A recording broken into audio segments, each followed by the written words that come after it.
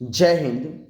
Only for study ચેનલમાં તમારા દરેક મિત્રોનું હાર્દિક સ્વાગત છે. તો આજે આપણે વિડીયોમાં જોવાના છીએ કે ગુજરાતની કોઈ પણ સ્પર્ધાત્મક પરીક્ષા હોય તો એના માટે જે એનસીઆરટી છે એ મહત્ત્વનો ભાગ ભજવે છે અને એના માટે જે એનસીઆરટીના જે પુસ્તકો છે એનો પાયો ગણાય. અને એટલા માટે આપણે એક નવી સિરીઝ ચાલુ કરી છે કે જેમાં ધોરણ 6 થી માંડી અને ધોરણ 10 સુધીના જે તમામ પુસ્તકો છે એનસીઆરટીના એના જે એમસીક્યુ પ્રકારના પ્રશ્નો છે એ આપણે લેવાનો પ્રયત્ન કરીએ છીએ. તો આજે આપણે આ વિડીયોમાં જોઈશું કે ધોરણ 6 સામાજિક વિજ્ઞાન મોસ્ટ આઈએમપી એમસીક્યુ પ્રશ્નો છે અને એ પણ એનસીઆરટી જેનો સિલેબસ છે એના આધારિત એમસીક્યુ પ્રશ્નો છે કે જે તમારે ખૂબ જ તમને ઉપયોગી નીવડશે. તો તમારે કોઈ પણ સ્પર્ધાત્મક પરીક્ષા તમને ખૂબ જ જરૂરી બનશે. અને આજે જે આપણે વિડીયો છે એ વિડીયો ભાગ નંબર 49. તો વિડીયો પૂરેપૂરો જોજો. શરૂઆત કરીએ આપણે વિડીયોની. જોઈએ પ્રશ્ન એક તમારી સમક્ષ છે. જો શું છે પ્રશ્ન છે કે આપણું રાષ્ટ્રીય જે પ્રાણી છે એ પ્રાણી કયું છે? આપણું રાષ્ટ્રીય પ્રાણી કયું છે? તો જવાબ આવશે ઓપ્શન એ વાઘ. શું આવશે? ઓપ્શન એ જવાબ વાઘ આવશે. પ્રશ્ન જો આપણે બીજા નંબરનો શું છે પ્રશ્ન કે ભારતમાં શેમાં? તો ભારતની અંદર ઉત્તર દક્ષિણ ફેલાયેલી ઉત્તરથી દક્ષિણ ફેલાયેલી પર્વતમાળાને કેટલા ભાગમાં વહેંચવામાં આવે છે? તો એ મિત્રો 3 ભાગમાં. કેટલા ભાગમાં? 3 ભાગમાં વહેંચવામાં આવે છે. જવાબ આવશે ઓપ્શન ડી 3 ભાગ. પ્રશ્ન જોઈએ આપણે આગળ કે સમુદ્ર સપાટીથી કેટલા મીટર ઊંચાઈએ ઉગતી વનસ્પતિ શંકુ આકારની હોય છે?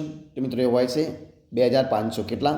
2500 એટલે 2500 મીટરની ઊંચાઈ. જવાબ આવશે ઓપ્શન સી 2500 મીટર. પ્રશ્ન આપણે આગળ જોઈએ કે કઈ ઋતુમાં લૂ પડે છે? લૂ ક્યારે હોય? તો એ આવે છે મિત્રો ઉનાળામાં. જવાબ આવશે ઓપ્શન ડી ઉનાળો. ઓપ્શન ડી જવાબ. પ્રશ્ન આપણે આગળ જોઈએ. શું છે પ્રશ્ન? તો પ્રશ્ન છે કે કયા જંગલોના વૃક્ષો ગેગુર અને ઘટાદાર હોય છે? તો જવાબ આવશે ઉષ્ણકટિબંધીય વરસાદી જંગલો. કયા આવશે? ઉષ્ણકટિબંધીય વરસાદી જંગલો. પ્રશ્ન જોઈએ આપણે આગળના. કયો છે પ્રશ્ન કે ઉત્તરના મેદાનોની દક્ષિણે દુનિયાની કઈ પ્રાચીન માળા એ આવેલી છે? તો જવાબ આવશે એ પર્વતમાળા આવેલી છે. તો જવાબ આવશે ઓપ્શન સી અરવલ્લીની પર્વતમાળા. કઈ આવશે? ઓપ્શન સી જવાબ અરવલ્લીની પર્વતમાળા. પ્રશ્ન આપણે આગળ જોઈએ કે કઈ ઋતુમાં ચોમાસાથી માંડી તદ્દન વિપરીત અસર જોવા મળે છે? તો પાછા ફરતા મોસમી જ્યારે પવનો વાય ત્યારે ચોમાસાએ તદ્દન વિપરીત અસર જોવા મળે છે. જવાબ આવશે ઓપ્શન બી પાછા ફરતા મોસમી પવનો. પ્રશ્ન જોઈએ આપણે આગળ કે ઉષ્ણકટિબંધીય વરસાદી જંગલો કઈ જગ્યાએ જોવા મળે છે? તો ઉષ્ણકટિબંધીય વરસાદી જંગલો એ ઉપરોક્ત તમામ જગ્યાએ, મતલબ ઓપ્શન ડી જવાબ આવશે. એટલે કે પૂર્વ ભારતમાં જોવા મળે છે, અંદમાન નિકોબાર ટાપુમાં પણ જોવા મળે છે અને પશ્ચિમ ઘાટના કિનારાના જે ઢોળાવો છે એમાં પણ જોવા મળે છે. પ્રશ્ન જોઈએ આપણે આગળ કે ભારત લગભગ કેટલા ચોરસ કિલોમીટર ક્ષેત્રફળ ધરાવે છે? તો આપણો દેશ ભારત લગભગ 32.8 કેટલા મિત્રો? 32.8 લાખ ચોરસ કિલોમીટર એ ક્ષેત્રફળ ધરાવે છે. 32.8 લાખ ચોરસ કિલોમીટર. જોઈએ પ્રશ્ન આપણે આગળનો. કયો છે પ્રશ્ન છે કે એશિયાઈ સી કયો આવશે? એશિયાઈ સી સમગ્ર વિશ્વમાં ક્યાં જોવા મળે છે? તો એશિયાઈ સી સમગ્ર વિશ્વની અંદર સૌથી વધારે જોવા મળતો મિત્રો આવશે ગુજરાતની અંદર. ક્યાં આવશે? ગુજરાતની અંદર મિત્રો. એ પણ જુનાગઢ જિલ્લાની અંદર જે ગીરનો મિત્રો વિસ્તાર છે ત્યાં આગળ. જોઈએ પ્રશ્ન કે ભારતનો ઉત્તરમાં કાશીથી લઈને દક્ષિણમાં કન્યાકુમારી સુધી કેટલા કિલોમીટર સુધી ફેલાયેલો છે? તો જવાબ આવશે ઓપ્શન એ 3214 કિલોમીટર. કેટલો હશે? 3214 કિલોમીટર. જવાબ આવશે ઓપ્શન એ 3214 કિલોમીટર. પ્રશ્ન આપણે આગળ જોઈએ કે નીચેનામાંથી કયો વિકલ્પ જંગલોનો આર્થિક ફાયદો દર્શાવે? જવાબ આવશે ઓપ્શન બી ઉપરોક્ત તમામ અહીં આપે છે એટલે કે ઔષધિઓ.